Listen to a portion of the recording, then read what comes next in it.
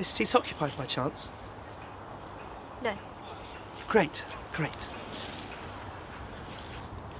Student, I see. What? Student, I bet. You look like a student. I can always tell a student. No. Oh, well, you look like one. You're young enough to be a student. Quite young enough. That's the life, isn't it? Being a student. Not sitting in the park on a day like today, not a care in the world. In the sunshine. Rare enough we see the sun, eh? Eh? Rare. Yes. Mind you, I shouldn't be here. By right, I should be at home. That's where I should be. Inside my front door. I've got plenty of things I should be doing. The kitchen shelves, to name but 3.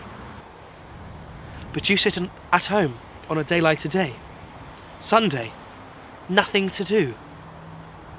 On your own, you think to yourself, this is no good. This won't get things done. And there you are talking to yourself. Do you know what they say about those who talk to themselves?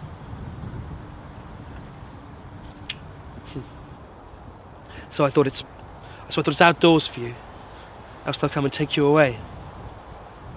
Mind you, I'm never at a loss. I'm a very fulfilled person. I have, for example, one of the largest collections of cigarette cards of anyone alive or dead that I know of. And you don't get that by sitting on your behind all day. But I'll let you into a secret. Do you know what it is that's the most valuable thing you can hope to collect? People. I'm a collector of people. And I look at them, I observe them, I listen to them, I hear their manner of speaking and I think, hello, here comes another one. Different. Different again. Never the same. Because I'll let you into another secret. They're like fingerprints. They're never all quite the same. I've met a number of them in my lifetime. Quite a number. Some good and some bad. But all different. But the best of them, and I'm telling you this quite frankly and openly, the best of them are women. If I had the choice, I'd be a woman. No, I bet that shocks you. I trust that shocks you, but well, it's the truth. They're superior people. They're better people. They're cleaner people. And they're kinder-hearted people. If I had the choice, I'd be a woman. Now, I suppose that shocks you. I suppose now that shocks you, but well, it's the truth. If I choose to have a conversation, I can tell you that it will be with a woman every single time.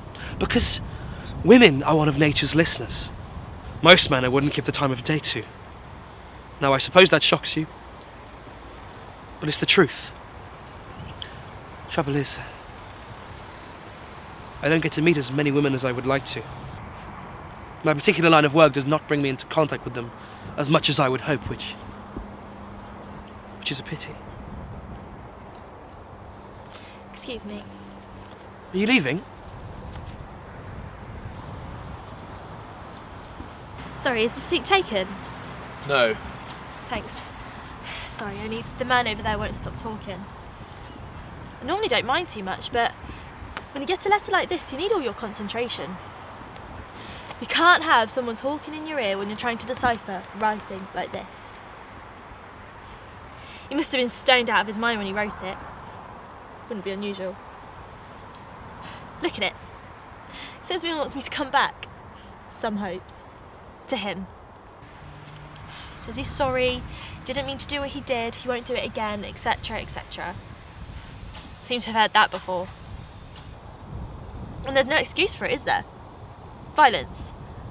I mean, what can I do? Every time he loses his temper, I mean, there's no excuse. A fracture, you know. It was nearly a compound fracture.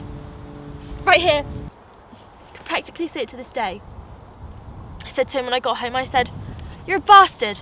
You know what you did to my head?" Just stands there, the way he does. Sorry, says. I'm ever so sorry.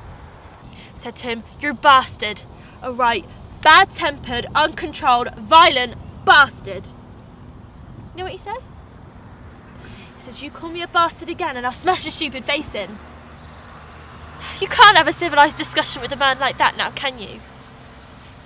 He's a right bastard. My friend Jenny says, you're a loony. Leave him for God's sake. You're a loony. Who needs that? You tell me one person who needs that. Only, where'd you go? There's all my things, all my personal things, all my everything. He's even got my bloody post office book. I'll finish up back there.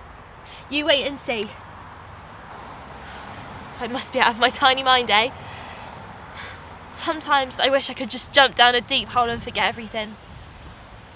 Only I know that bastard will be waiting at the bottom.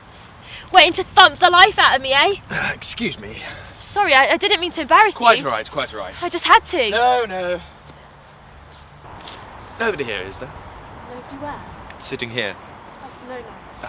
Do you mind if I do? Sorry, it's just the girl over there's got boyfriend troubles. Comes and pulls it all out of me. As if I'm interested. I mean, we've all got troubles, no doubt. We all don't bore and bore a stranger to death about it. That in my book spells S for selfishness. And have you noticed that it's invariably the young? They think we haven't been through it. Can't imagine that we were young too once, you know. Don't know where they think we all came from. I mean, 5 years ago, I had a wonderful life. Couldn't imagine a happier life. I had a lovely house in the country, 2 good children. Nothing was going wrong. Then my wife dies suddenly. My 2 children couldn't stand the place a moment longer and emigrate to Canada. There I am. I have to sell the house and live in a flat I can hardly swing a cat in. But that's life at the end of the day. I don't go boring some poor innocent stranger to death with it. That's life at the end of the day. I mean, I've had more like 25 good years. I'm bound to get a few bad ones thrown in as well.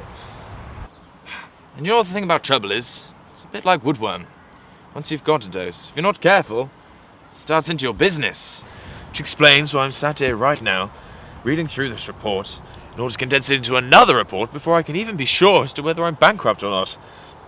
I mean, I don't know if you're interested, but just take a look at this page here. This is a typical page. Can you make head or tail? Oh, I beg your pardon.